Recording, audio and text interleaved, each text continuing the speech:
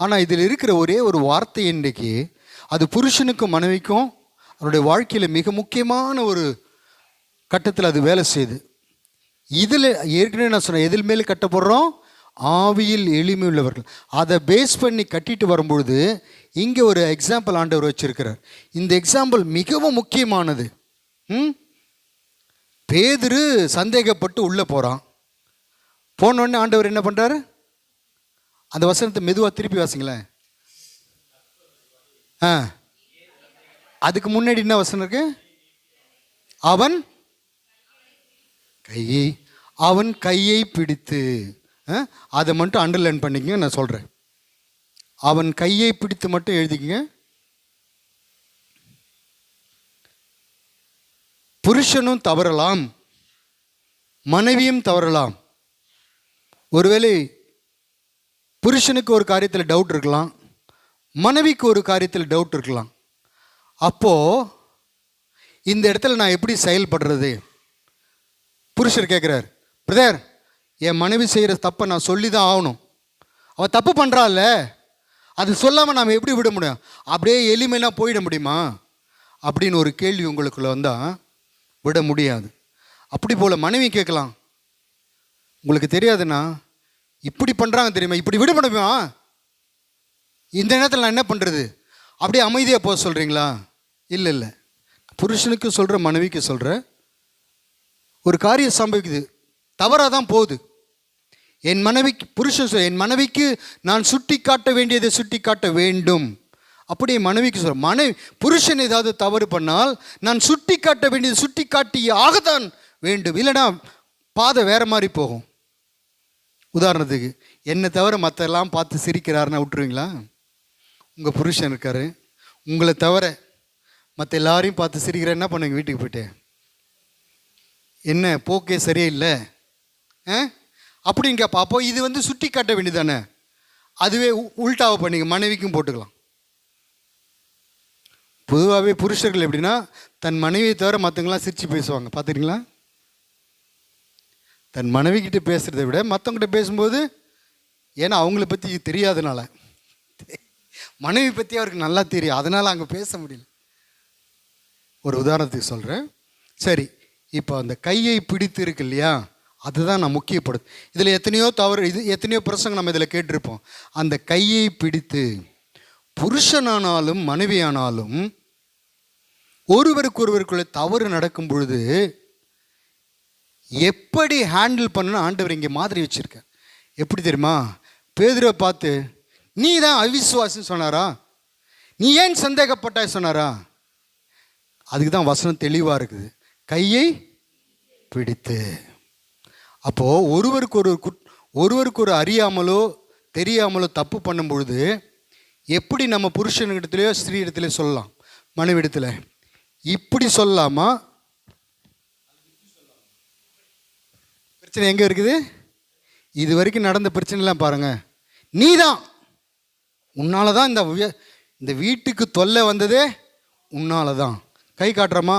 அவங்க கிச்சன்லேருந்து கை காட்டுவாங்க, இவர் எங்கே இருப்பார்? ஹாலில் இருப்பார். இந்த கை காட்டுறதுனால தான் அங்கே இருக்கிற அந்த அம்மாவுக்கு பிபி, என்ன காட்டிட்டாலேன்ற ஒரு பிபி, ரெண்டும் பிபி ஏறினோன்னு என்ன ஆகும்? பாத்திரம்லாம் பறக்க ஆரம்பிக்கும். சிலருடைய வீட்டில் மாத்திரம், நீங்களாம் நல்லவங்க, உங்கள் வீட்டில் பறக்கலைன்னு நினைக்கிறேன் இல்லை? அப்போது என்ன சொல்ல வரும்னா, கையை பிடித்து. இங்கே பிள்ளைங்க யாரும் இல்லை, புருஷன் மனைதான். எப்போ நீங்கள் கையை பிடிப்பீங்க? புருஷனுடைய கையோ மனைவி எப்போ பிடிப்பீங்க? பிள்ளைங்களாக இருக்கும்போதா? ஹாலில் உட்காண்ட்ருக்கும்போதா? தேவை, அது பிடிப்போம். அது காலை பிடிக்கிறது, காலை வாடுறது அது வேற. காலை பிடிப்பாங்க, சாரி வந்துட்டோன்னா காலை வாரிடுவாங்க, அது வேறு. அதை நான் கேட்கல, ரியலாக நான் கேட்குறேன். I'm talking about real thing. எப்போ நம்ம கையை பிடிப்போம்? அது பிடிக்கிறது வேறு, அன்னைக்கு மாட்டிக்கிறது அது வேறு. எப்போ? சும்மா சொல்லுங்கள், இங்கே தான் பசங்க இல்லை, சும்மா சொல்லுங்கள். எப்போ மனைவின் கையை பிடிப்போம், அல்லது மனைவி புருஷனுடைய எப்போ பிடிப்பாங்க?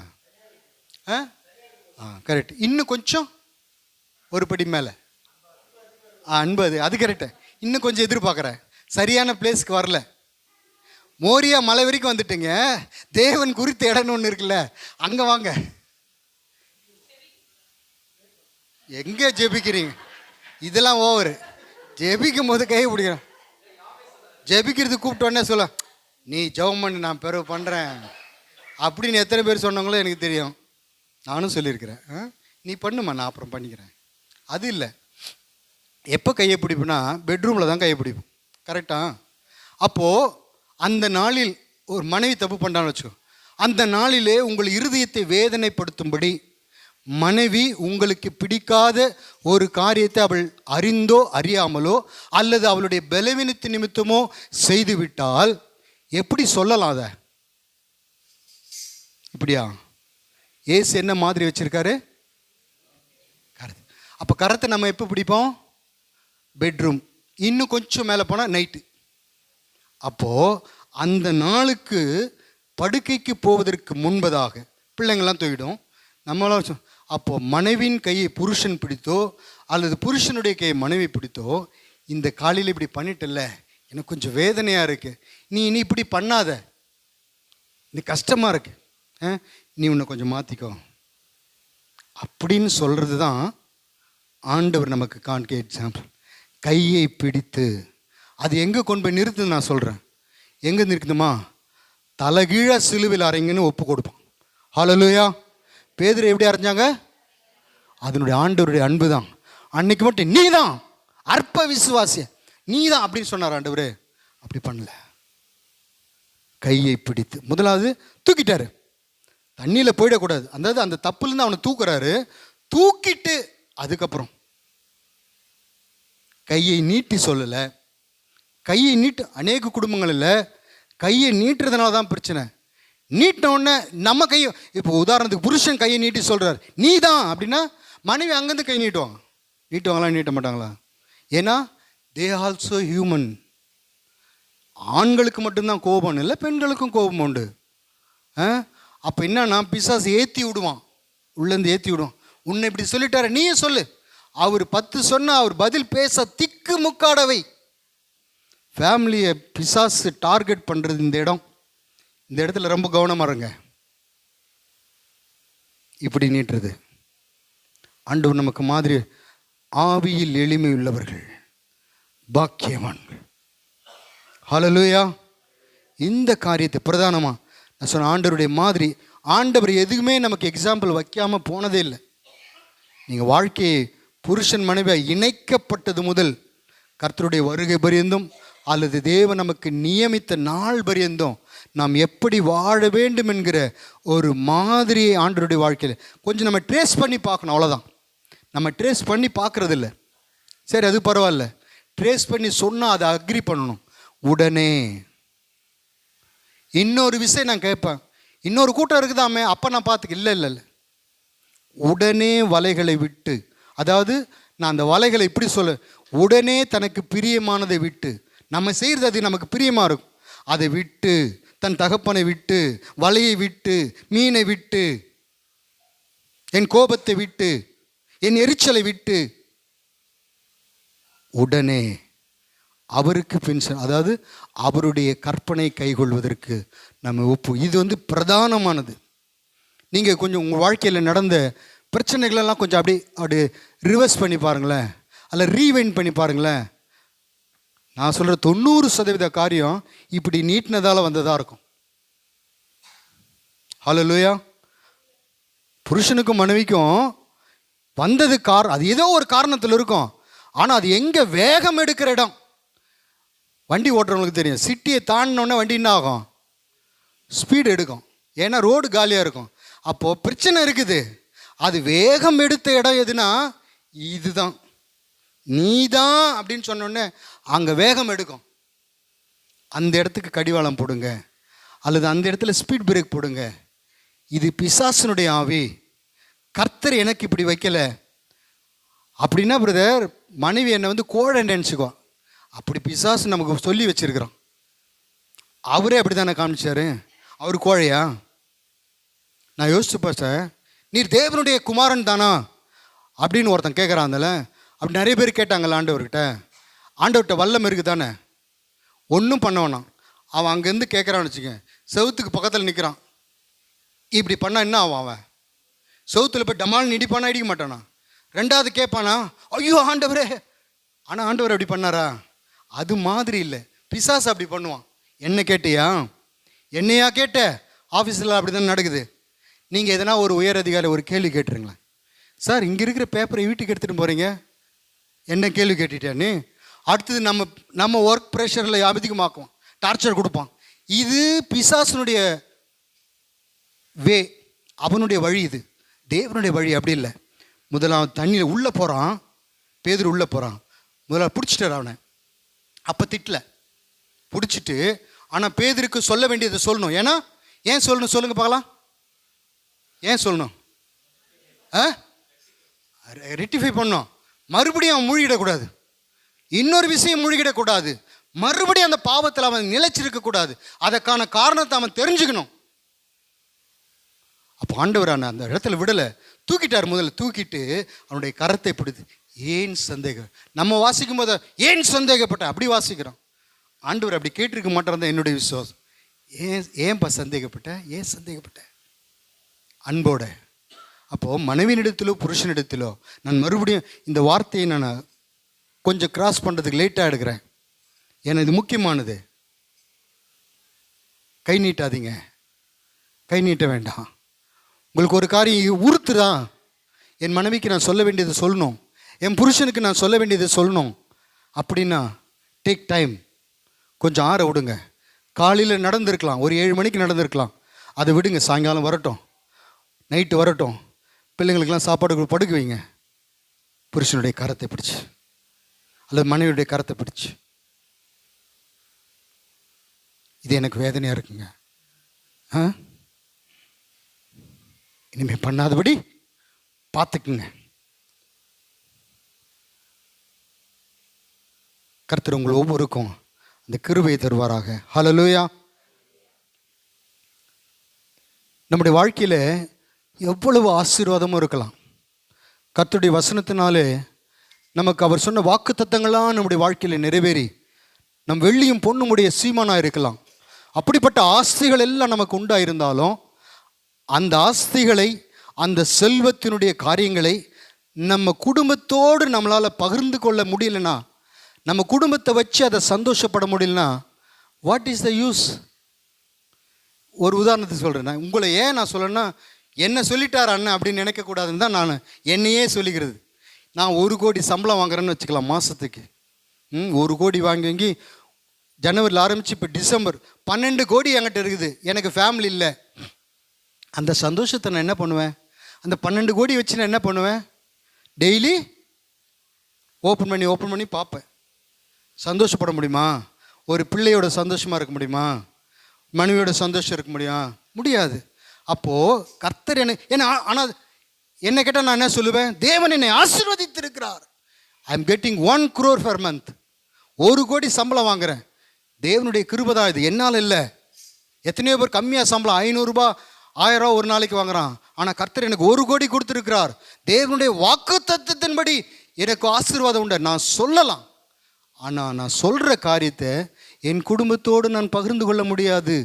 அப்படி பகிர்ந்து கொள்ளாமல் போனால் 12 கோடி இல்லை, 12,000 கோடி கூட இருக்கட்டும், there is no use. வாசிங்க நீதிமொழிகள் 17:1. அப்போது குடும்பத்தினுடைய மேன்மை, புருஷனும் மனைவியுமாய் தேவன் நியமித்திருக்கு. வெறும் பணம் மட்டும் நினச்சிக்காதீங்க. பணம் மட்டும் இருந்தால் நம்ம சந்தோஷமாக இருந்துடலாம். பணம் இல்லை, அதனால தான் என் குடும்பத்தில் அடிக்கடி சண்டை வருது. அப்படி இல்லை. பணம் இருந்தாலும் தேவனுடைய சித்தத்தின்படி நடக்காமல் தேவனுடைய மாதிரியை விட்டு நாம் விலகி நம்மை சுற்றி இருக்கிறவருடைய மாதிரியை நாம் பின்பற்றுவோமானால் நம்முடைய வாழ்க்கையில் வேதனை இருக்கும். அதே நேரத்தில் நம்மக்கிட்ட நாளைக்கு என்னன்னு எனக்கு தெரியாதுங்க, நாளைக்கு அடுப்பு எரியுமா தெரியாது. அப்படிப்பட்ட சூழ்நிலை இருந்தாலும் கர்த்தருடைய சித்தத்திற்கு நடத்தால் என்ன பண்ணுவார்? காக்காவை கொண்டு போஷிப்பார். காக்கா எங்கேயாவது கொண்டாந்து கொடுக்குமா? நீங்கள் வடை எடுத்துன்னு வெளியே போங்க, இன்னொரு 2 வடை கொண்டாந்து உங்கள்கிட்ட கொடுத்துட்டு போமா? இருக்கிற வடையும் பிடுங்கிட்டு போம். அப்படின்னா அர்த்தம் தெரியுமா? உங்கள்கிட்டருந்து பிடுங்குறவன்ட்டே கொண்டாந்து கொடுக்க சொல்லுவார். உங்கள்கிட்டருந்து பிடுங்கலான்னு நினச்சிட்டு இருப்பாங்கள்ல, அவங்கள அனுப்புவார். நீ இப்போ கொடுத்துட்டு வா. அவங்கள உட்கார விட மாட்டேன். நான் சாட்சி நிறைய கேள்விப்பட்டேன். ஐயோ என்னை நைட்டு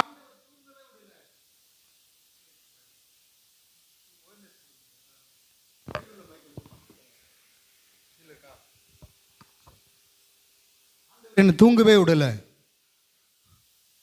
4 மணிக்கெல்லாம் அந்த ஊழியக்காரனை பார்த்து ஒரு கவர் கொடுத்துட்டு போன். நிறைய ஊழியக்காரங்க, நான் 1 2 இல்லை, நிறைய ஊழியக்காரர் சொன்னேன். நான் வந்து அரக்கோணத்துலேருந்து வந்தேன் அப்படின்னு ஒருத்தர் சொன்னேன். 4 மணிக்கெலாம் அவர் வந்துட்டார் சென்னைக்கு. ஏன் பிரதர் இந்த ராத்திரியில் வந்து? ஆண்டவர் என்னை தூங்க விடலை. இதை போய் கொடுக்கும் வரைக்கும் நீ போய் கொடு, என் மகனுக்கு கொடு. ஆனால் அதை வாங்கி தான் அவர் வேற ஒரு காரியத்தை பண்ணார்.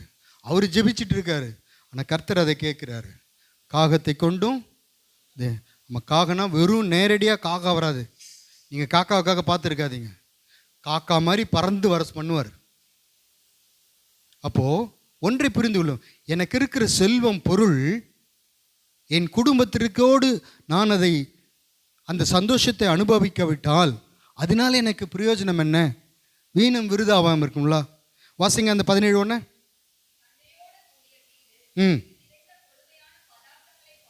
ம் ஆமாம். இன்னும் நம்ம பாஷையில் சொன்னால் சண்டை போட்டுன்னு கோடி கோடியாக வச்சுன்னு இருக்கிறத விட சொல்லுமா, பரவாயில்ல சொல்லுமா, எல்லாரும் பேசுங்க, சொல்லுங்க. நான் இன்னும் கொஞ்சம் ஒரு படி காஞ்ச ரொட்டியே பெஸ்ட்டு. துன்பத்தோடு சண்டையோடு கோடி கோடியாக நான் 12 கோடி 12,000 கோடி வச்சுருந்தாலும் சந்தோஷமாக இருக்கிற காஞ்ச ரொட்டியே. ஏன்னா சாப்பிடும்போதே சந்தோஷம். பத்தியா, கர்த்தர் இதை கொடுத்துருக்காரு பத்தியா, ஆண்டவருக்கு ஸ்தோத்திரம் பண்ணு, சாப்பிடு, சந்தோஷமாக இருக்கும். அல்லது பிரியாணி பண்ணிவிட்டு 2 பேரும் ஒருத்தர் அடிச்சுக்கின்னு மூஞ்சை இப்படி திருப்பிக்கின்னு கரண்டி அப்படி வச்சுட்டு வாட் இஸ் த யூஸ்? என்னுடைய சந்தோஷத்தை குடும்பத்தோடு நான் பகிர்ந்து கொள்ள முடியல. ஆனால் இருக்குது, பிரியாணி இருக்குது, ரைத்தா இருக்குது, சிக்கன் 65 இருக்குது, எல்லாமே இருக்குது. அப்படியே தான் இருக்குது. உள்ள சந்தோஷம் மட்டும் இல்லை, தெர் இஸ் நோ யூஸ். அதான் பணமும் அப்படி தான். எல்லாம் இருக்குது, என் பேங்க்கில் இருக்குது, என் அக்கௌண்ட்டில் இருக்குது, என் பீரோவில் இருக்குது, எல்லாமே இருக்குது. உள்ளத்தில் என்ன இருக்குது? சண்டையும் சச்சரவும் இருக்குது. அப்போது ஒன்றை புரிந்து கொள்ளுங்கள், உங்களுக்கு வயசு இன்னும் இப்போ கம்மி வயசு, எல்லாமே யுவர் ஆல் யங் ஏஜ். இன்னும் எத்தனையோ வருஷங்கள் ஆண்டவர் உங்களுக்கு கொடுப்பார். கர்த்தருடைய வருகை தாமதிப்பார். உங்கள் குடும்ப வாழ்க்கையை உங்களால் என்ற மட்டும் சந்தோஷத்தோடும் சமாதானத்தோடும் நடக்க பாருங்க. ஏன்னா ஒரு 90 வயசு 95 வயசு வந்து நான் சொன்ன கதையை கொஞ்சம் ஞாபகம் பண்ணி பாருங்கள். நினைப்பீங்க முடியாது. ஒரு ஆக்டர் சொன்னார் அந்த மாதிரி தான். ஆரம்பத்தில் வரும்போது நல்லா பாடி ஃபிட் ஆகணும், வந்த காசில் கூட சாப்பிடக்கூடாதுன்னு இருந்தார். சரி ஓரளவுக்கு வந்துட்டோடனே சாப்பாடலாம் நினச்சேன், சுகர் வந்துருச்சு. தொட்டதுக்கெல்லாம் சுகர் மட்டும் இல்லை, இருக்கிற 36 வியாதி வந்துச்சு. அவர் மறிக்கும்போது கொடுத்த ஸ்டேட்மெண்ட் எதம்மா, என்கிட்ட கோடி கோடியாக பணம் இருக்குது, நான் ஒன்றையும் அனுபவிக்கவில்லை, என் பசங்க தான் எடுத்துக்கிறாங்க. அவனுங்களும் இன்றைக்கி சண்டை போட்டுருக்கானுங்க. அப்போது ஒரு கட்டம் வர நம்ம சந்தோஷமாக இருக்கலாம், அப்போ நம்ம அனுபவிச்சுக்கலான்னு உனக்கு தெரியாது. நாளை தினத்தில் சுகர் வருவதை நீ அறியாயே. அப்போ என்ன வரும்னு சுகர் மட்டும் நமக்கு தெரிஞ்சதுனால சொல்கிறேன், ஃபேமஸாக இருக்குது அதனால் எது வரும்னு நமக்கு தெரியாது. அப்போ இன்றைக்கு கொடுக்கப்பட்ட இந்த இன்பமான வாழ்க்கையை காத்து கொள்வதும் களைத்து போடுவதும் உங்கள் ஒவ்வொருடைய கரத்தில் இருக்கிறது. ஹல்லேலூயா. எத்தனை பேர் அதை காத்துக்கொள்ள போகிறீங்க? ஹல்லேலூயா. ஒரு தீர்மானம், ஆண்டவரே இன்றைக்கு என் குடும்பத்தோடு என் சந்தோஷத்தை எனக்கு உரியதை என் குடும்பம், அதுக்குன்னா அடுத்த கட்டம் போயிடுவாங்க, எல்லாத்தையும் கொடுங்க ஊதாரியா, அப்படி இல்லை. சேர்த்து வைக்க வேண்டிய நேரத்தில் வைக்கணும், எதுக்கு எது பண்ணணும். ஆனால் சந்தோஷம் 10,000 ரூபாய் கொடுத்து ஒரு சாரி வாங்கி கொடுக்குற சந்தோஷத்தை பாரு, ஒரு 200 300 கொடுத்தாலும் சந்தோஷம் இருக்கும். அதுதான் நான் சொல்கிறேன். அதை என்ன சொல்ல வரேன்னா, மணி டசன்ட் மேட்டர். 200 ரூபா சாரி வைக்கணும் கற்றுக்கலாம். கொழுத்த சண்டையோடு கூடிய வீட்டிலே கொழுத்த பதார்த்தங்களை சாப்பிடுவது, அதான் பிரியாணி சாப்பிடுவது பார்க்கலாம் காஞ்சி போன ரொட்டி சிறந்தது.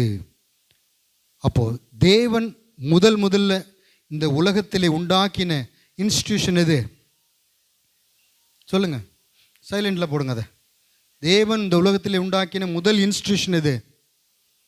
ஃபேமிலி. Adam and eve.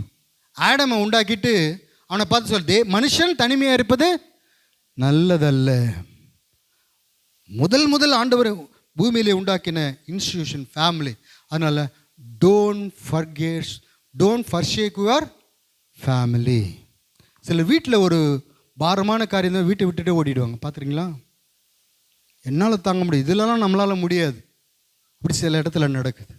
அதனால் டோன்ட் ஃபர்ஷேக் யுவர் ஃபேமிலி. அதுக்கு ஒரு உதாரணம் டைம் இருக்குமான்னு தெரில, மணி 1 பேசலாமா? சரி. நோவா, எபிரேயர் 11:7 வாசிங்க. முடிச்சிடலாம், ஒரு 10 நிமிஷத்தில் முடிச்சிடலாம். எபிரேயர் 11:7 வாசிங்க. ம் ம்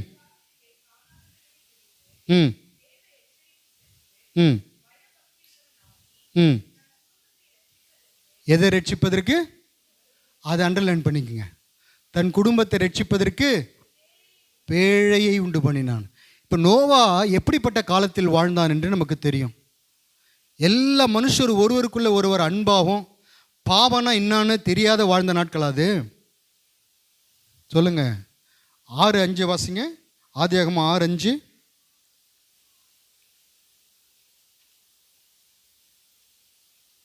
சீக்கிரம் வாசிங்க. ம்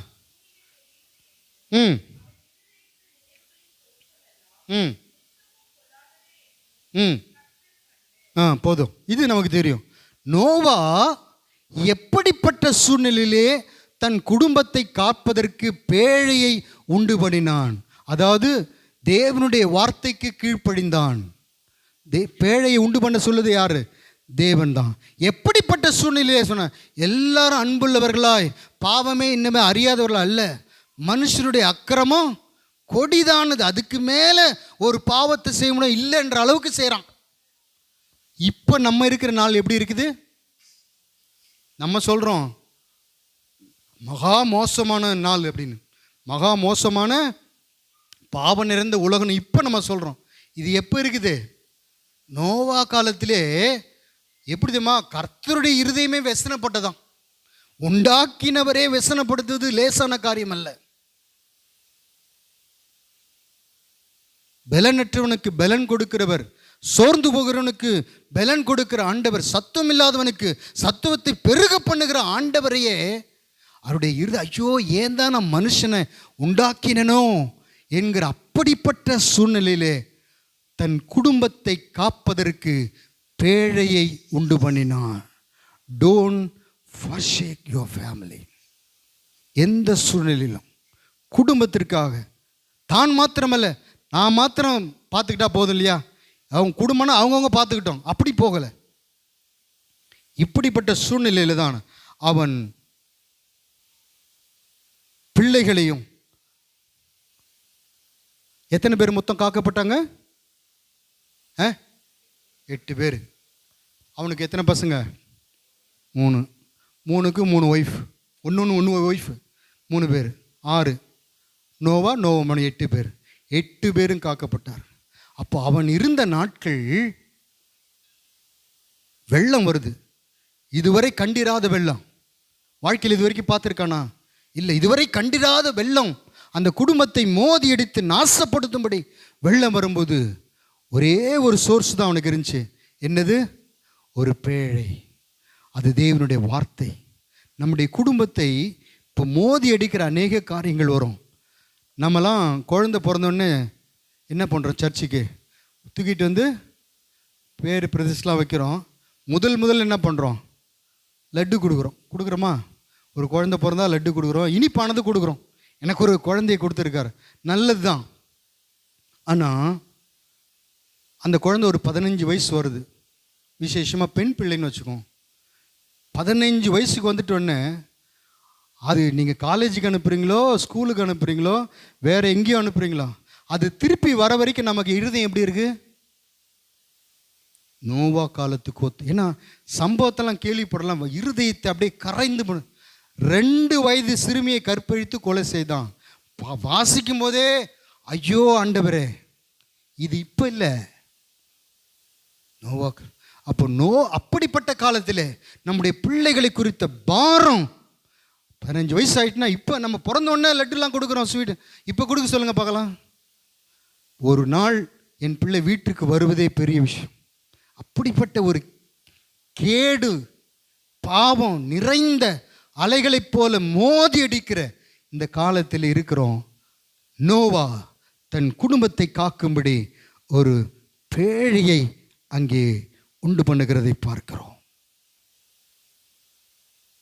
இந்த குடும்பத்தை ஆண்டவர், அது ஊழியமானாலும் அது தனிப்பட்ட காரியமானாலும் ஒரு வார்த்தையை சொல்லுகிறார். வாசிங்கள் 1 தீமோத்தேயு 5:18.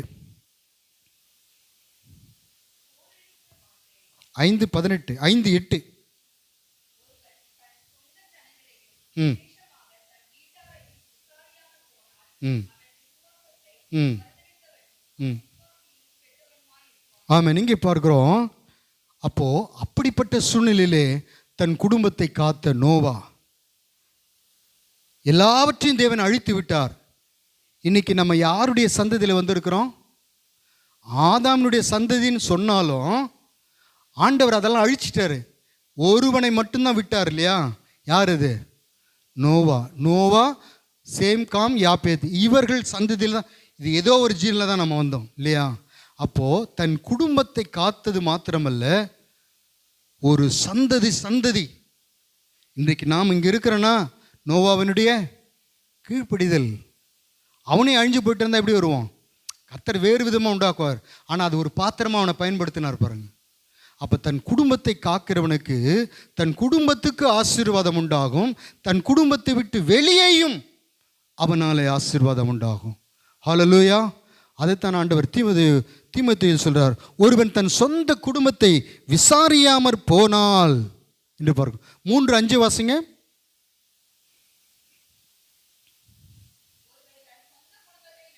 நல்லா கவனிங்க வார்த்தைங்களா.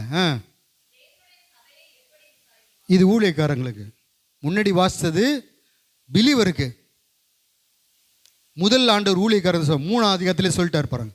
5ஆம் அதிகாரம் தான் பிலீவருக்கு சொல்றாரு.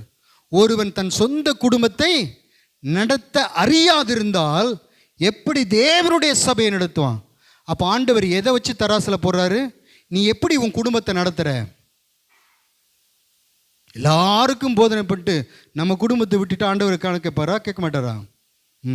அப்போ ஊழியக்காரனுக்கு ரெஸ்பான்சிபிள் முதலாவது தன் குடும்பம். 5ஆம் அதிகாரத்தில் தான் விசுவாசிகளை குறித்து சொல்லப்படுது.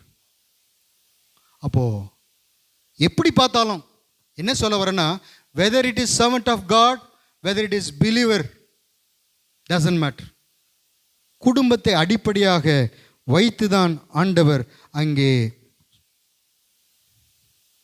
சொல்லுகிறதை பார்க்கும். அப்போது இப்படிப்பட்ட ஒரு அலைகளைப் போல நோவாவின் நாட்களிலே அலை வந்தது என்று நாம் அறிந்திருக்கிறோம். ஒரே ஒரு அலையை மட்டும் சொல்லிட்டு முடிச்சிடுறேன் இன்னைக்கு, ஓகேவா? முதலாவது அலைன்னா வெள்ளம். அலைன்னு சொல்லக்கூடாது, வெள்ளம். முதலாவது அலை. அன்றைக்கு அவன் இருந்தான் பிரதர், வெள்ளம் வந்தது, அவன் படகுல வந்துட்டான். ஆனால் அந்த படகுல போகிறது மட்டும் நான் விவரிச்சிடறேன் கொஞ்சம். எத்தனை பேர் படகுல போயிருக்கிறீங்க சொல்லுங்கள். படகுல போங்க, அது நல்லது. ஏன் தெரியுமா? அதில் ஒரு லெசனை கற்றுக்கலாம். படகுல போயிட்டு, அதுவும் பெரிய ஒரு ஏரியா இருந்தால் அங்கே போங்க. சும்மா இந்த கோவளத்தில் போயிட்டு அந்த கரையை பார்த்தாலும் அங்கே தெரியும், அப்படி இருக்கக்கூடாது. 4 சைடு சுற்றி பார்த்தா ஒன்றுமே இருக்கக்கூடாது. அப்படிப்பட்ட ஒரு இடத்துக்கு போயிட்டு நீங்கள் ஒரு ரவுண்டு வர்றது உங்கள் விசுவாசத்துக்கு நல்லாயிருக்கும். நம்ம சொல்லுவோம், பேதுரும் ஐயரே நாங்கள் மடிக்கிறோமா. நீங்கள் மட்டும் அந்த நடுக்கடலில் போயிட்டு படகு கொஞ்சம் ரிப்பேர் ஆகிடுச்சு, 2 நாள் நம்ம இங்கே தான் இருக்குன்னு சொன்னாக்கா நீங்கள் கற்றுவீங்களா? கற்ற மாட்டிங்களா? ஆமாம். சில வேளைகளை குடும்பத்தை நடத்துவது அப்படி தான் இருக்கும். நல்லா போயிட்டுவான், சுத்தீரம் பார்ப்போம், ஒன்றும் இல்லை. நடுக்கடல் நிற்கிற போல சூழ்நிலை உங்கள் வாழ்க்கையில் வரும். பைக்கில் போகிறோம் அல்லது ஒரு ஆட்டோவில் போகிறோம். சகோதரிங்களாம் ஒரு ஓலா பிடிச்சி போகிறீங்கல்ல, டிரைவர் ஏடா கூடமாக ஓட்டுறான். எப்படி எங்கேயோ கொண்டு போய் இடிச்சிருவான்னு தெரியுது. என்ன பண்ணுவீங்க சொல்லுங்கள் சிஸ்டர்? எனக்கு அர்ஜெண்ட்டாக ஒரு வேலை இருக்குது, காசை கொடுத்துட்றேன், இறக்கி விட்டுரு, அப்படி தானே சொல்லுவோம். அல்லது பைக்கில் போகிறோம், நம்முடைய சொந்தக்காரோ யாரோ போகிறோம். அப்படி போனால் கூட நம்ம சொல்லுவோம், தயவு செய்து இங்கே நிறுத்துருங்க, நான் போகலான்னு நினச்சேன், இப்போ போகலை, ஆனால் வேறு மாதிரி இருக்கும். இப்போ நான் போல இங்கே விட்டுருங்க நான் பார்த்துக்கிறேன்னு சொன்னேன். இல்லை நான் உங்களை விடுறேன்னுவா. இல்லை நீ தயவு செய்து இங்கேயே விட்டுரு, இறங்கிடுவோம். நடுக்கடல்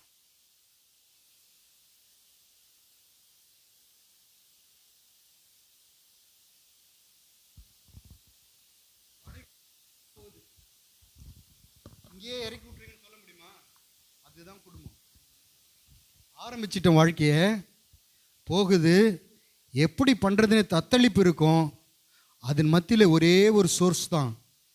அந்த மழை பெஞ்சவனை இதுக்கு முன்னாடி மழை அவன் பார்த்ததில்லை. நோவா இதுக்கு முன்னாடி மழை பெஞ்சது பார்த்ததில்லை. ஹெல்ப்புக்கு யாருன்னா கால் பண்ணி கேட்கலாமான்னு பார்த்தா அவன் நினச்சிருப்பான். நான் நினைக்கிறேன் அப்படி. அவன் நோவா என்ன நினச்சிருப்பான் தெரியுமா? மழை வரும், நான் விசுவாசிக்க தேவன் சொல்லிட்டாரு, இந்த போட்டை தவிர இந்த ஆர்க்கை தவிர மீதி இடத்துலாம் மழை வரும், நான் இங்கே தான் இருப்பேன், நான் சேஃப்டியாக நான் இங்கேருந்து பார்த்துக்குவேன் அப்படின்னு நினச்சிருக்கலாம், வாய்ப்பு இருக்குது. ஆனால் அது மேலே தூக்குன்னு அவருக்கு தெரியல. தண்ணி வர வர மேலே தூக்கிடுச்சு.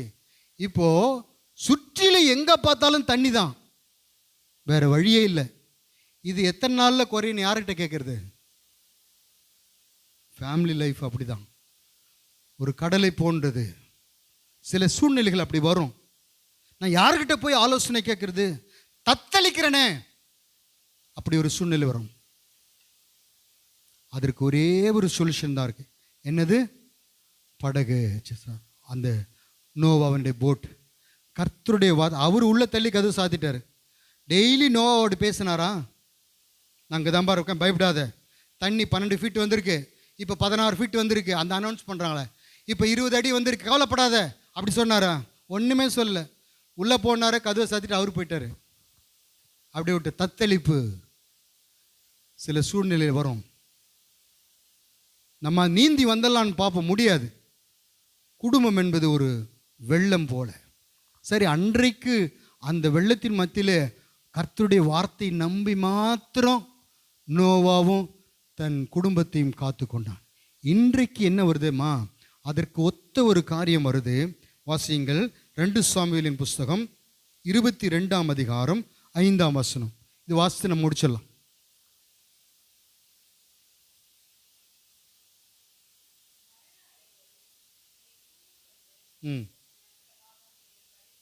போதும்.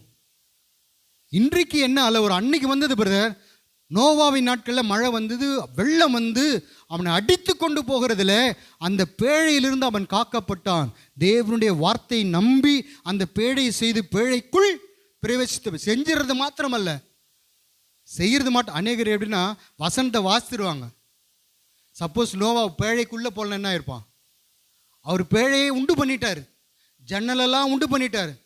நான் உள்ளே போக மாட்டேன் அப்படின்னா தண்ணியில் போ. அது மாதிரி நம்ம வசனத்தை வாசிக்கலாம். ஆதியாகமம் ரெவலேஷன் வரைக்கும் ஒரு வசனம் சொன்னால் டக்குன்னு தூக்கி வாசிடலாம், அது நல்லது. ஆனால் கை கொள்ளணும், உள்ளே போகணும், போட்டுக்குள்ளே போகணும். போட்டுக்கு உள்ளே போனால் தான் நாம் காக்க முடியும். பாதுகாப்பு உண்டு, அந்த போட்டுக்குள்ளே ஒரு நம்ம பாதுகாப்பு உண்டு. இங்கே பார்க்க, அந்த நாட்களிலே அவன் குடும்பத்துக்கு விரோதமாய் வெள்ளம் வந்தது. இந்த நாளிலே என் குடும்பத்திற்கு விரோதமாய் எப்படிப்பட்ட வெள்ளம் வருதுன்னா துர்ச்சன்ன பிரவாகம். அப்படின்னு என்ன தெரியுமா? நம்ம புரியல. துர்ச்சன்ன பிரவாகம் என்னது? இது ஒரு சங்கீதத்தில் இருக்கு. எந்த சங்கீதம் சொல்லுங்க பார்க்கலாம்? இது ஒரு சங்கீதத்தில் இருக்குது. எந்த சங்கீதம்? எக்ஸாக்ட்லி இதை தான் எடுத்து அங்கே எழுதியிருக்கிறாங்க. 18ஆம் சங்கீதத்தில் என் கண்மலையாகிய கர்த்தாவே அப்படின்னு சொல்லிட்டு ஆரம்பிச்சு, துர்ச்சன்ன பிரவாகனா துன்மார்க்கமான அலைகள் நம்மையும் நம்முடைய பிள்ளையையும் மோதி அடிக்கிற ஒரு காரியம் உண்டானால், அந்த பிள்ளைக்கு எத்தனை வயசு வேணாலும் இருக்கட்டும், எப்படிப்பட்ட அலை இன்றைக்கு இருக்குன்றால், பிள்ளைகளை மோதி அடித்து பிள்ளைகளுடைய மனதை கெடுத்து கவிழ்த்து போடுகிற துன்மார்க்கம் என்னும் அலைகள். அது எங்கே தான் இருக்குது? இதுக்குள்ளே இருக்குது. பசங்கிட்ட இதை கொடுத்துட்டு ஒரு 1/2 மணி நேரம் பாருங்கள், நீங்கள் உள்ளே வந்தால் கூட உங்களை பார்க்க மாட்டாங்க. ஏன்? அலை அடிச்சுன்னு போயிட்டே இருக்குது. எப்போ நிறுத்துவாங்கன்னு தெரியாது. வெளியில் போனாலும் பாவம், ஒரு பெண் பிள்ளை வெளியில் அனுப்ப முடியல. என் பிள்ளை திரும்பி சந்தோஷத்தோடு வருவாளா, அல்லது ஏதோ ஒரு கம்ப்ளைண்ட்டோட டேடி இப்படி நடந்துச்சு அப்படி நடந்துச்சு என்று அப்படி வருவாளா? ஒரு ஆதங்கம், குறிப்பாக பெண் பிள்ளைகள் மேல் ஒரு 15 வயது அப்படி வந்துட்டா, 15 வயசு கூட இப்போ சொல்ல முடியல, 1 2 வயசு. நான் அது படிக்கும்போது எனக்கு அழகாக வந்துடுச்சு. ஆண்டவரே 2 வயசு பிள்ளை, என்ன தெரியும் அதுக்கு? மிருக குள்ளமான மனுஷன் என்று வேதத்தில் சொல்லப்பட்ட வார்த்தை தான் எனக்கு கடைசி கால அக்கிரமம் மிகுதியாவதினால் அநேகருடைய அன்பு தணிந்து போகும். நோவா காலத்தின் சம்பவம் போல. இப்போ நோவா தன் குடும்பம் அந்த அலையின் அந்த வெள்ளத்தினாலே வாரிக்கொண்டு போகாதபடிக்கு நாம் அறிந்திருக்கிறோம். சமீபத்தில் ஜப்பானில் எர்த்குவேக் வந்தது, பார்த்தீங்களா? எப்படி இருந்துச்சு? பெரிய பெரிய பில்டிங்லாம் சடசடன்னு விடுது. அப்போ ஜனங்களெல்லாம் கேஷுவலாக வெளியே வந்தாங்களா? சொல்லுங்கள். அலறி அடிச்சுன்னு ஓடி வரான், வெளியே ஓடி வரான். எங்கே? தன் தலைக்கு மேலே எதுவும் இருக்கக்கூடாது, அதான் கான்செப்ட். தலைக்கு மேலே எதுனா இருந்தால் என்ன ஆகும்? நான் நிற்கிற ஒரு ஃப்ளோர் எனக்கு மேலே இருக்குன்னா அது என் தலை மேலே தான் விழும். அப்போ எதுவும் இல்லாத வெட்ட வெளியே தேடி ஓடி வரான். ஒரு எர்த்துக்குவேக்கு வந்தால் வெளியே ஓடி வந்துடும். நீ நடுக்கடலில் போயிட்டு ஓடி வா பார்க்கலாம். குடும்பம் அதுதான். குடும்பம் என்பது சில வேளைகளில் நீ உன்னுடைய சாமர்த்தியத்தினாலோ உன்னுடைய பலத்தினாலோ நீ அறிந்திருக்கிற காரியத்தினாலோ உனக்கு இருக்கிற பணத்தினாலோ உனக்கு இருக்கிற படிப்பினாலோ நான் இப்படி நடத்தி விடுவேன் என்று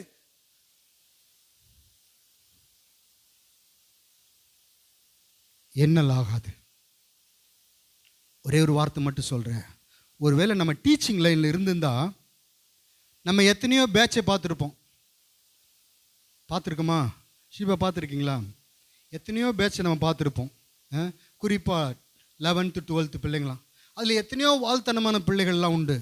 அதெல்லாம் அடக்கி அமுக்கி பல பேட்சுகளை நம்ம பார்த்து நமக்கு எக்ஸ்பீரியன்ஸ் இருக்குது. ஆனால் அந்த பசங்களாம் எத்தனையோ பேட்சு, எத்தனையோ இது வருஷ கணக்கில் அடக்கி இருக்கலாம். அதெல்லாம் நம்மளால் அடக்க முடியும். நம்ம குடும்பத்தில் இருக்கிற ஒரு பிள்ளைய என்ன பண்ண முடியாது, நீ நினைக்கிற மாதிரி பண்ண முடியாது. அதான் சுருக்கமாக சொல்ல விரும்புகிறேன். நீ ஸ்கூல்லே அல்லது இன்ஸ்டியூட்லே எத்தனையோ பிள்ளைகளை நீ ஹேண்டில் பண்ணியிருக்கலாம். மெடிக்கல் பசங்க, அந்த பசங்க, இந்த எந்த பசங்களை எப்படி நீ டேக்கிள் பண்ணி அதை முடிவுக்கு கொண்டு வந்திருக்கலாம். ஆனால் ஒரு பிள்ளை என்று வைத்துக்கொள்வோம், அதை கரை சேர்க்கிற வரைக்கும் நெஞ்சில் என்னதான், குறிப்பாக தாய்க்கு, ஐயோ என்றைக்கு இந்த பிள்ளை ஒருவனுடைய கையிலே நான் பிடித்து ஒரு கலக்கம் இருந்துகிட்டே இருக்கும் உள்ளுக்குள்ளே. டெய்லி அதை குறித்து நம்ம பேச மாட்டோம், சமயம் தேடிகிட்டே இருப்போம். அதுதான் குடும்பம்.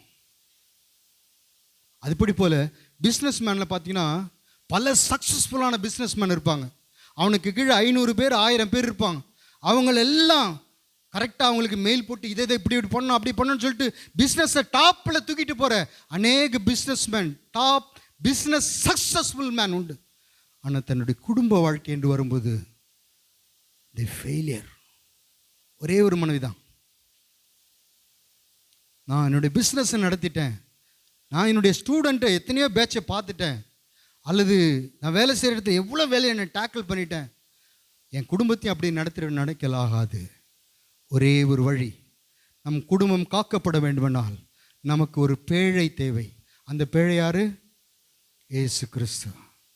அந்த பேழை இருக்கும்போது அது தண்ணியில் தான் மிதக்கும், அது நடுவழியில் தான் நிற்கும். என்னைக்கு அந்த தண்ணி விடுன்னு தெரியாது. எதுக்கு தான் காத்திருக்கணும்? கர்த்தருடைய வார்த்தைக்கு தான். நோவா நீ வெளியே வா அப்படி சொல்லுர். அது வரைக்கும் நீ தண்ணியில் தான் இருக்கணும். அங்கே ஃபோன் பண்ணி கேட்க முடியாது. யார்கிட்ட ஃபோன் பண்ணுவேன்? எல்லாம் தான் தண்ணியில் மிதக்கிறானே, ஒருத்தருட்டையும் ஃபோன் பண்ணி கேட்க முடியாது. உங்களுக்கு எக்ஸ்பீரியன்ஸ் எப்படிங்க? நான் தண்ணியில் போட்டிருக்கிறேன், எவ்வளோ ஹைட் இருக்குது. வாழ்க்கை பயணம் அப்படி தான் இருக்கும். ஆகையால் பிரியமானவர்களே, இன்றைக்கு நான் இதோடு முடிக்க விரும்புகிறேன். நான் எழுதுனது நிறைய, ஆனால் நமக்கு ஆரம்பித்தது லேட்டு, சரி பரவாயில்ல, அதுக்கப்புறம் லஞ்ச் டைம் வரப்போகுது. ஸோ இன்றைக்கு செஷனை இதோடு நான் முடிக்கிறேன். இன்னும் உண்டு, கர்த்தருடைய சித்தத்தின்படியும் அவருடைய தீர்மானத்தின்படியும் நாம் தொடர்ந்து இது ஒரு சீரிஸை போல கர்த்தர் நமக்கு அனுகூலம் பண்ணுகிறதுக்கு ஏற்றபடி இவைகள் நடந்தது. ஒன்றை இன்றைக்கு நீங்கள் மனதிலே வைத்துக் கொள்ளுங்கள். முதலாவது, என் குடும்பத்தை கிறிஸ்துவின் மாதிரியின்படி, கிறிஸ்துவின் மாதிரியிலே முதல் சொன்ன வார்த்தை இது மேத்யூ 5:3. அது என்னது? ஆவியில் இது ஆரம்பிச்சிட்டிங்கனாலே உங்கள் குடும்பத்திற்கு 70% பிரச்சனை போயிடும். மீதி 30 இருக்குல்ல, அது கிறிஸ்துவின் பேழையில் அதையும் இணைச்சின்னு 100%. அப்படின்னா நான் ஏற்கனவே சொன்னேன், பிரச்சனையே வராதா, சண்டையே வராது, எல்லாமே வரும். வந்தாலும் ஏற்கனவே நான் சொன்னபடி சாயங்காலத்தில் அழுகை தங்கும், விடியற் காலத்தில், அந்த விடியற் காலத்தில் போட்டுது எதுக்கு அங்கே சொல்லுங்க பார்க்கலாம். நீ போய் முழங்காலம் முடக்கிறல்ல, முடிச்சு ஜெபம் பண்ண வருவல்ல, வரும்பொழுது உனக்குள்ள ஒரு டிசைர் இருக்கும், சமாதானத்தை நாடுவேன். கிறிஸ்துவின் மாதிரி ஏதோ ஆண்டவரே என்னுடைய எமோஷனலாக நான் பேசுகிறேன். இன்றைக்கி குடும்பத்தில் ரியாலிட்டியை பார்க்காம எமோஷனலாக, எது எடுத்தாலும் எமோஷனல். தன்னுடைய பிள்ளைகளை இவன் காத்து கொண்டான். பிள்ளைகள் என்று சொல்லும் பொழுது இதை லோத்துவை நாம் பார்க்கிறோம். நான் அடுத்த செஷனில் அதை சொல்ல விரும்புவேன். ஆனால் ஒரு வரி மாத்திரம் நான் சொல்லுவேன். லோத்து தன் பிள்ளைகளின் மூலமாக 2 சாபமான சந்ததியை பெற்றெடுத்தான். அதற்கு காரணம் என்ன சொல்லுங்க, சொல்லுங்களேன். ஏன் 2 சாபமான காரியம் பெற்றெடுத்தான்? மனைவி இல்லை, கரெக்ட் தான்.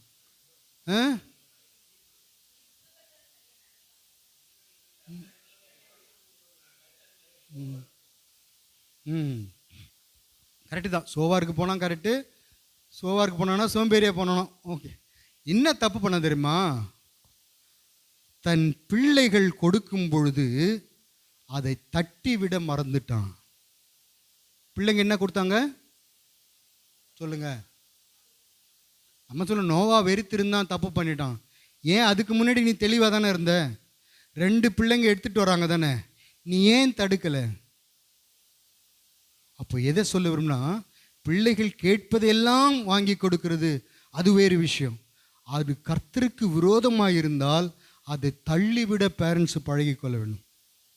அன்றைக்கு தள்ளி விடாததினாலே 2 அம்மோன் மோவாப் என்கிற 2 ஜாதி இந்த உலகத்திலே வந்தது. மதுவை கொடுக்கும்போது அவன் கண்டித்திருக்க வேண்டும், தவறு செய்த போது கண்டித்திருக்க வேண்டும். இதுவா கிறிஸ்துவுக்குரியது? இதுவா தேவனுக்கு பிரியமானது? என்னை விட்டு போங்க, தள்ளி போங்க. அப்படி நம்ம கண்டித்திருந்தா 2 பாவ சந்ததி இந்த பூமியிலே வந்து, அப்போ நம்ம குடும்பத்தில் சாபம் வராமலும் பிள்ளைகளுக்கு நல்ல காரியங்களை வாங்கி கொடுப்பது நான் சொல்லலை. நீங்கள் வாங்கி கொடுங்க, உங்கள் பிள்ளையை நீங்கள் நேசிக்கிறீங்க, பிள்ளை கேட்குறத வாங்கி கொடுங்க, உங்கள் திராணிக்கு தக்கதாக வாங்கி. ஆனால் அது கர்த்தருக்கு விரோதமாய் ஒரு காரியத்தை கேட்குமானால் அதை தட்டி விடுவதற்கு நாம் பழகி கொள்ள வேண்டும். ஒரு சில பிள்ளைங்க ஒரு காரியத்தை வாங்கி கொடுக்குன்னா அடம் பிடிக்கும். அடம் பிடிச்சா என்ன பண்ணுறாங்க சில பெற்றோர்? மொபைலில் கேட்குது, இப்படி சொன்னதான் உங்களுக்கு புரியும். மொபைலில் கேட்குது, பிடுங்குனா அழுது. பார்த்துருக்கீங்களா? நிறைய இந்த சோஷியல் மீடியாலாம் பார்த்தா மொபைலை பிடுங்கினாலே எழுது. ஐயோ அவன் அழுகுறான், கொடுத்துரு, அவன்கிட்ட கொடுத்துரு. பாவத்தை கையில் கொடுக்குற அல்லது ஒரு பிளேடை கையில் கொடுக்குறன்னு அர்த்தம். பிள்ளை கேட்குது, ஏன்னா அழுகுதுமே. அப்போ அடம் பிடித்து அதை வாங்கி கொள்ளுது. கரெக்டாக அடம் பிடிக்குது, நம்ம கொடுத்துட்றோம். இது எங்கே போய் முடியும்னு நான் சொல்கிறேன். சிலருடைய வாழ்க்கையில் இன்றைக்கு நீங்கள் புருஷனும் மனைவியாக இருக்கிறேன், நீங்கள் எப்படி இருந்திருப்பீங்க? வானத்திலேருந்து வந்தீங்களா? குழந்தையாக இருந்தன. அப்போது உங்கள் பேரண்ட்ஸ் கிட்ட நீங்கள் ஒரு காரியத்தை அடம் பிடித்து பெற்றுக்கொண்டது உண்டானால் அந்த சுபாவம் எங்கே இருக்கும்? மண்டையில் நல்லா இருக்கும். திருமணம் ஆன பின்பு என்ன வரும்? அது ஹஸ்பண்ட்கிட்ட அடம் பிடிச்சா அப்போ எங்கே மிஸ்டேக் நடக்குது? கம்ப்யூட்டர் பாஷையில் சொன்னால் டிஃபால்ட்டாகவே ஃபால்ட்டாக இருக்குது. டிஃபால்ட்டாகவே அது மைண்டில் இருக்குது. அடம் பிடிச்சா கிடைக்கும். அந்த பெண் பிள்ளையோ ஆண் பிள்ளையோ வளர்ந்த உடனே ஹஸ்பண்டுக்கிட்டே ஒய்ஃப் அடம் பிடிக்கிறான். எனக்கு இதுதான், இப்படி தான் செய்வேன், இது எனக்கு வேணும், இல்லைன்னா நான் அப்படி பண்ணிவிட்டு இப்படி பயமுறுத்துறான். என்ன சொல்கிறது? பிளாக்மெயில் பண்ணுறான். அப்போது இப்படிப்பட்ட சூழ்நிலை வரும்போது நாம் கிறிஸ்துவுக்குள் இருந்தாலும் நமக்குள்ளே ஒரு டவுட் வருது. என் மனைவி, என் புருஷன் சபைக்கு தானே போகிறாரு, தேவனுடைய வார்த்தை தானே கேட்குறாரு, இப்படி அடம் பிடிச்சி போகிறதுக்கு சபை காரணமா? சொல்லுங்க. எங்கே ஃபால்ட்டு நடந்திருக்கு? டிஃபால்ட்டு. அப்போது அந்த காரியத்துக்கு உங்கள் பிள்ளைகளை விட்டுறக்கூடாது. அந்த அடம் பிடிச்சா கிடைக்கும்ன்றதை மட்டும் வேர்லே கட் பண்ணிடணும். ஏன்னா பெண் பிள்ளையாக இருந்தால் அது இன்னொரு வீட்டுக்கு போகும். நீங்கள் அடம் பிடிச்சதை வாங்கி கொடுத்துட்டீங்க அன்பு நிமித்தமாக, அது புருஷங்கிட்ட போய் என்ன பண்ணும்? அடம் பிடிக்கும். அப்புறம் என்ன பண்ணும்? வாங்கி கொடுக்கலனா பையை தூக்கிட்டு வீட்டுக்கு வந்துடும். அப்புறம் நம்ம போய் பஞ்சாயத்து பண்ணுவோம். இங்கே கட் பண்ணிட்டா நம்ம கேட்போம், பிரியமாக இருந்தால் கொடுப்பாங்க. அந்த மைண்டு செட்டு கொண்டு வரணும். ஓகேவா? நோவா தன் குடும்பத்தை காப்பதற்கு பேழை உண்டு பண்ணினான். லோத்து தன் பிள்ளைகள் மேல் அன்பு என்ற பெயரில் கெட்டதற்கும் கை நீட்டிட்டார் அவர். அதனால் வந்தது சாபம். நம் குடும்பத்தில் அப்படி காணப்படக்கூடாது. அப்போ ஒரு காரியத்தை புரிஞ்சோம், புருஷனோ மனைவி அந்த அடம் பிடிவாதம், அதான் நான் ஏற்கனவே சொன்னல, ஆவியில் எளிமைனா அதான் எளிமை, பிடிவாதம், மிதமிஞ்சிய நம்பிக்கை, அதெல்லாம் அந்த லிஸ்ட்டில் வருது. அதில் எளிமை இல்லை. பிடிவாதமாக இருக்கிறவங்க எளிமையாக இருக்க மாட்டாங்க. ஸோ அதை ஒருவேளை நமக்கு இருக்குமானா, எனக்கு இருக்குமானா நான் இன்றைக்கி விட்டுடணும், உங்களுக்கு இருக்குமானா இன்றைக்கி விட்டுருங்க. உங்களுக்கு பலன் இல்லைன்னு ஆண்டவர்கிட்ட கேளுங்க, ஆண்டவரே இந்த காரியத்தை என்னிலிருந்து ஒழிய பண்ணும். நம்ம பக்கத்து வீட்டுக்காரனை பார்த்து சொல்லுவோம் ஒழிஞ்சு போட்டோம், நமக்குள்ளே இருக்கிறத முதல்ல ஒழிக்கிட்டோம், ஒழியட்டும். கர்த்தர் நம்ம குடும்பத்தை கட்டும்படி தான் இந்த நாளிலே பல உபத்திரவத்திற்கு மத்தியிலே தேவன் நம்மை கூட்டி சேர்த்திருக்கிறார் என்று எத்தனை பேர் விசுவாசிக்கிறோம்? ஹல்லேலூயா. கர்த்தர் தாமே உங்கள் ஒவ்வொரு குடும்பத்தையும் தம்முடைய ஆவியினால, நான் மறுபடியும் சொல்கிறேன், இது உங்கள் மாம்சத்தினால நீங்கள் கட்டலான முடியாது. அந்த போட்டு தண்ணியில் போகிற கதை தான். நீங்கள் இறங்கி ஓட முடியாது. ஒருவருக்கு ஒருவர் கை கொடுத்துட்டீங்க, நீங்கள் திருமண பந்தத்தில் இணைத்தின்னா உலகத்தா மாதிரி ஓட முடியாது. நிறுத்து, பைக்கிலேருந்து இறங்கிறேன், நிறுத்து, ஆட்டோலேருந்து இறங்கிறேன், அது ரோட்டில் தான் பண்ண முடியும், கடலில் பண்ண முடியாது. அப்படி தான் நம்முடைய வாழ்க்கையும். நம்ம இப்போ கடலில் இருக்கிறோம், நமக்கு ஒரே ஒரு சோர்ஸ் தான், அதுதான் பேழையாக கிறிஸ்து. அவருடைய சத்தம் கேட்கும்போது நமக்கு டோர் திறக்கும், அவர் வேணானும் போது அமைதியாக இருக்கும். அப்போ கர்த்தருடைய சத்தம் கேட்குன்னா ஒவ்வொரு நாளும் கர்த்தருடைய சமூகத்தை நாடணும், புருஷனும் மனைவியும். கர்த்தர் உங்களுக்கு ஒவ்வொருக்கும் இப்படிப்பட்ட கிருபையை தருவாராக. ஆமென். சொல்லாமா? கொஞ்ச நேரம் தலை தாழ்த்துவோம். ஹல்லேலூயா, ஹல்லேலூயா, ஹல்லேலூயா, ஹல்லேலூயா. யாராவது ஒருவர் இது வரைக்கும் ஜெபிக்காதவருங்க சத்தத்தை உயர்த்தி ஜெபிங்க பார்க்கலாம். பரிசுத்தமுள்ள பிதாவே, நாங்கள் உம்மை ஸ்தோத்திரிக்கிறோம். அருமையான இந்த முன்குறிக்கப்பட்ட நாளுக்காக உமக்கு நன்றி செலுத்துகிறோம் ஆண்டவரே. உம்முடைய அநாதி தீர்மானத்தின்படி இந்த நாளை ஆண்டவரே, ஹல்லேலூயா, நான் செய்ய நினைத்தது ஒன்றும் தடைபடாது. ஹல்லேலூயா. அது எந்த தடையாக இருந்தாலும் அது தடைகளை தாண்டி வரும்படி பலனை கொடுத்தீர், நிற்க பலனை கொடுத்தீர், உம்முடைய வார்த்தையை தந்தீர். அதற்காக உமக்கு ஸ்தோத்திரம்.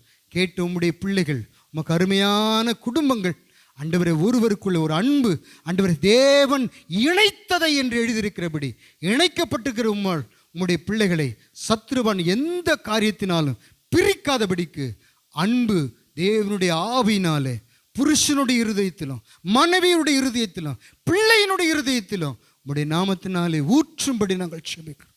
அதை ஊற்றும் பொழுது வறண்ட நிலங்கள் எல்லாம் செழிப்பான வயல்வெளியாகும் என்று எழுதியிருக்கிறதே. எந்தெந்த பகுதிகளில் வறண்ட நிலைமை காணப்படுகிறதோ உம்முடைய ஆவி ஊற்றும் ஆண்டவரே, குடும்பத்தை கூட்டி சேர்த்தருளுவீராக. இன்று முதல் தங்கள் வாழ்க்கையில வித்தியாசத்தை உணர்ந்து கொண்டு ஒருவருக்கொருவர் விட்டு கொடுத்து கையை நீட்டாமல் கையை பிடித்து உம்முடைய மாதிரியை பின்பற்ற உம்முடைய பிள்ளைகளுக்கு நீர் கிருபை செய்வீராக. இந்த குடும்பமாய் தாழ்த்தி உம்முடைய கரத்திலே ஒப்புக் கொடுக்கிறோம். எங்கள் மறுபடியும் நாங்கள் கூடும் வரைக்கும் உம்முடைய கிருபை ஒவ்வொரு குடும்பத்தோடும் இருப்பதாக. இயேசுவின் நாமத்தில் பிதாவே. என் ஆத்துமாவே